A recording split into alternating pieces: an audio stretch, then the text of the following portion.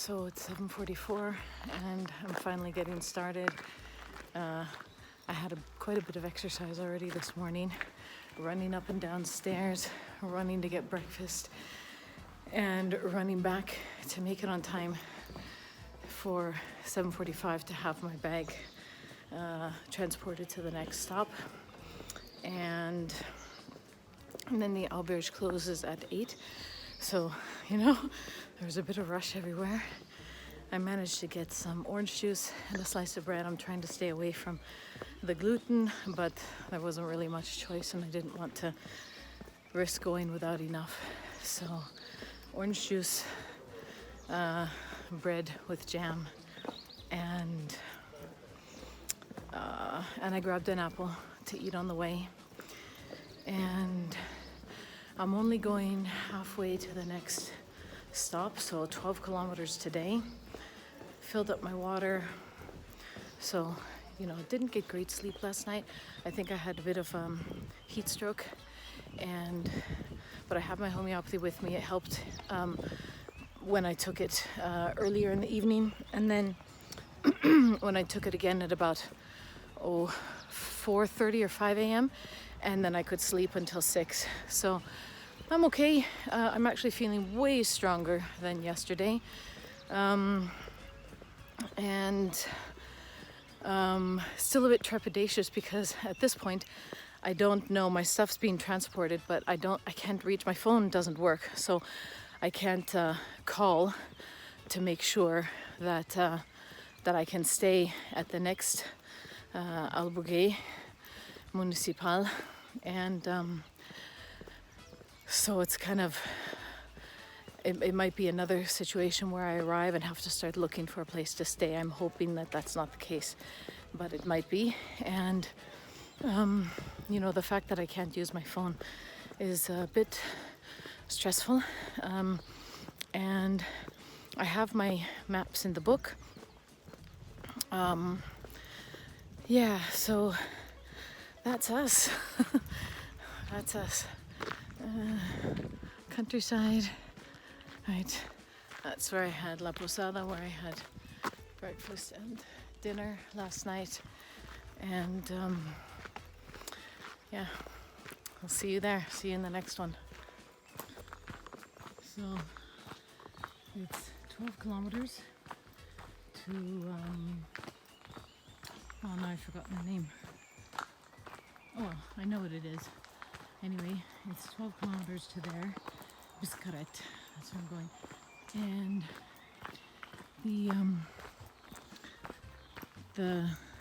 the path so far couldn't be more different.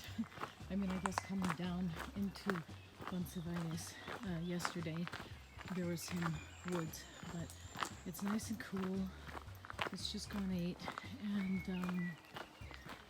I just thought it might be nice to see the difference. I'm sure the sun is shining way up there, above the trees, but it's a nice cool start to the day. And I'm going to stop off in the next little town. It's 3 kilometers away, and I'll get some fruit for the day, maybe some avocado, things like that. I'll see what they have. I need some sunscreen. In my book it said you don't need to bring that with you because they've got plenty there. And then of course, I think I mentioned this already, by the time I got there I needed to go to the pilgrim's office, and when that was finally finished, I needed to find somewhere to stay, and then I needed a shower. By that time all the stores were closed, so I never got any sunscreen or food or anything, and the next morning everything was still closed. So I'll grab those things hopefully in the next town, and we'll be sorted. All right. So, it's a little dark right now, but I wanted to just get, maybe you might be able to hear the children in the background. Not sure. They're counting in Spanish and playing outside. It's really lovely. And there are chickens outside the window. They were clucking and plucking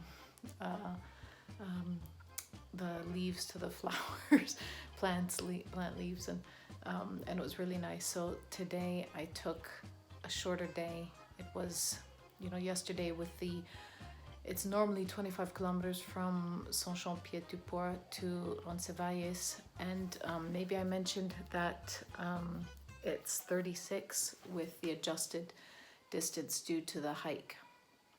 And I don't know if I mentioned this, but I found out from someone else that the 200 meters on the sign that I thought meant 200 meters further is the highest point. And I was like, that is not 200 meters, that was like 2 kilometers, right? And that was actually the altitude. It was saying you've got 200 meters to go until you reach the highest point. So there's that, but it doesn't mean that the rest of the distances weren't all, tweaked. But anyway, so yeah, I had my bag sent halfway, and I'm here now in Biskarette, and I made some notes so I don't forget all the things I wanted to say. But yeah, so I got here probably at, I think it wasn't even noon yet when I got here. And I took a bath. That was really nice. Massaged all my muscles, massaged my feet. I gave my feet 2 good massages. And I think I mentioned that I got the hand cream and foot cream earlier on at the Mercado. And so I added my essential oils to that. And yeah, I'm gonna send some things back. So if it's like properly possible, if I can find a really good post office, that will send things internationally without any issues. I mean, I don't know actually how it's going to be because of the whole Brexit thing. And yeah, and me not being able to communicate clearly. If there's Wi-Fi, I can use a translator, but if I haven't got any Wi-Fi, then I can't do that. But my sleeping bag, I should have actually brought not my nice and comfy 2-season sleeping bag, but I should have brought my really tiny packable one that I don't like sleeping in because it makes all that noise. It makes all that every time you move, and even though it's really great, it goes down to 0 degrees. Nevertheless, I like my nice and comfy one better, but I think, I'm not sure, maybe it feels like it weighs like 1.5 kilos, which I think is probably too much. I might be off with that weight estimate, but when I lift my bag, discounting what's in the top of it, I'm pretty sure that that's about what that weighs. So I'm thinking I'm going to send my sleeping bag back, but I do have a sleeping bag cover, and it's quite warm. And I know it might not always be warm, but I've got a base layer. So if I'm cold, then I can wear the base. I can put on all my clothes essentially if I'm cold. And, so yeah, I think that's what I'm going to do, is send the sleeping bag back. That will give me a good chunk of weight. And then I've got like this pile of clothing. Where is it? I'm not sure if you can see it, that pile of clothing. And a couple of extra things I'm going to be sending back as well. So that'll also give me a lot of space that, not that I'm going to fill, just a lot of space. So it's just not going to feel so full and chalk, and the chocked full. And the stuff over there at the far corner, I can't figure it out with my finger, but the stuff in that far corner, that's the stuff that I'm taking. So it's really not that much anymore. And yeah, I think as soon as I can send that stuff off, then I'll be able to carry my bag with me. So right now I'm having it sent again tomorrow to the next port, next station, and I'll, if there's no post office there, then I'll have it sent again until the next one.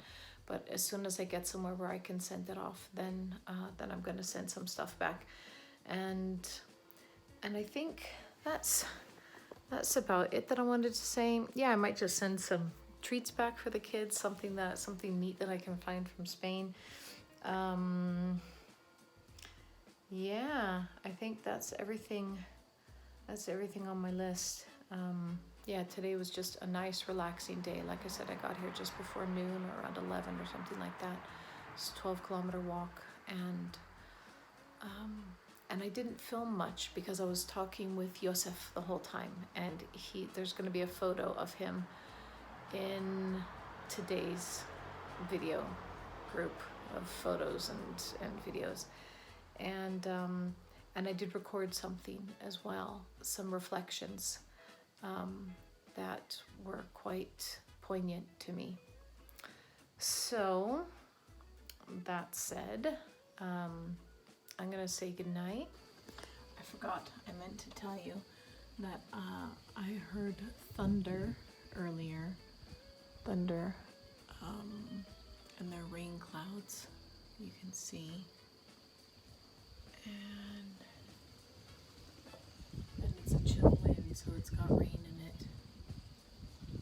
So I don't know if it's gonna pass us by or if that's gonna hit us tomorrow.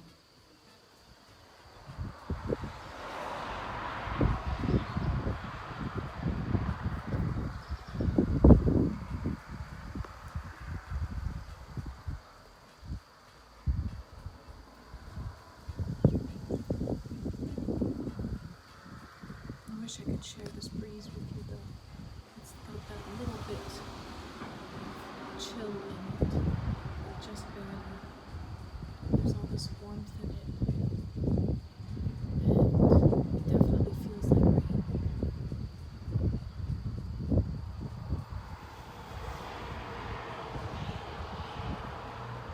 You can see the Camino sign just there, the trees.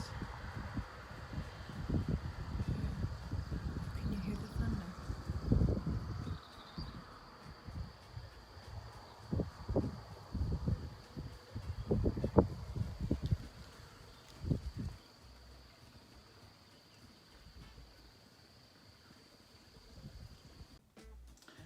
One other thing I forgot to mention is that while I knew that they didn't have a lot of experience with vegans here, if I order dinner somewhere, then it's usually they just don't know what to do. Like last night I swear they just like emptied out a jar of antipasti on the plate, and then what did they give me with it?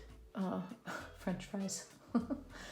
Yeah, that was my dinner. That was my vegan dinner last night. So, and then tonight it was an entire plate of asparagus without any flavor, and a little bit of salad. I had actually thought she was going to bring me one big giant salad. That's what I was really looking forward to. But anyway, and then a bowl of beans and potatoes, green beans, cooked and also equally tasteless. So I think they just don't know about, like, I think that they use meat to do the seasonings here.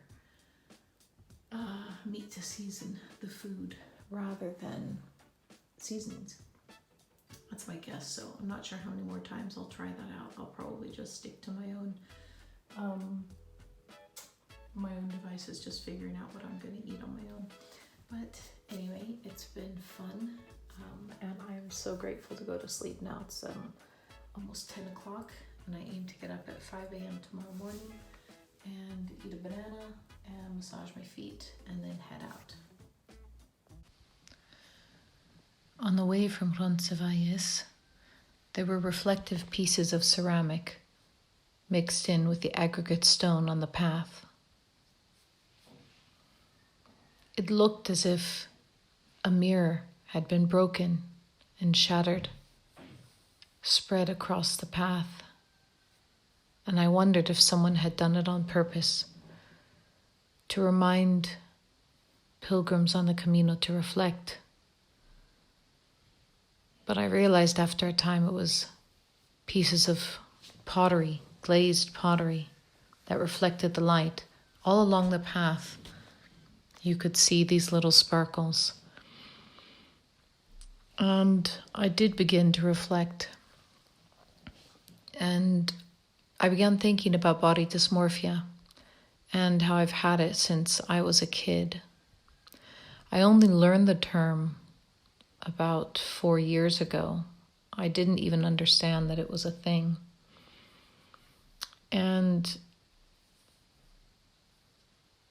as a kid, I realized that having different physical attributes than what is considered normal made masking as an ADHD person difficult. I didn't know that I masked. I didn't know that I was ADHD. And I didn't know that I had body dysmorphia. I just knew that I was different. So as a young person, knowing that my thighs and my calves were larger than anyone I knew except for my mother, who always said she hated her legs, I had to try extra hard in other ways to make up for this perceived lack of normality. An ADHD person is usually somewhat consumed, especially in younger years, with masking behavior so that they're not caught out. Being singled out is generally anathema because it means they, whoever they are, the big they out there, might figure out that you are an imposter, that you don't belong there, that you aren't as smart as you're supposed to be, not as fill in the blank as you are supposed to be. I believe this stems from an intuitive knowing that the brain, though not broken, functions differently. And I think something in us just knows that we're different in some way. And it encourages this imposter feeling within us. So the thing is, if you are found to be lacking, then that puts your safety at risk. At a foundational level, not being liked can lead to not being loved. And if you're not loved, you can die.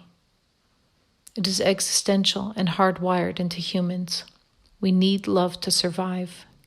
And if we believe we might not be loved, then we are literally in fear for our lives.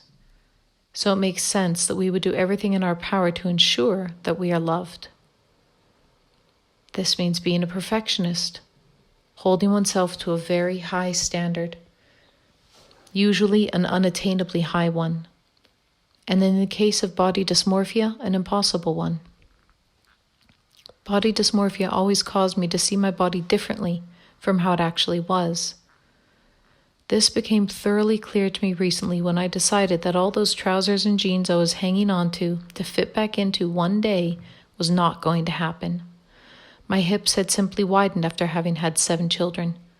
No turning back from that.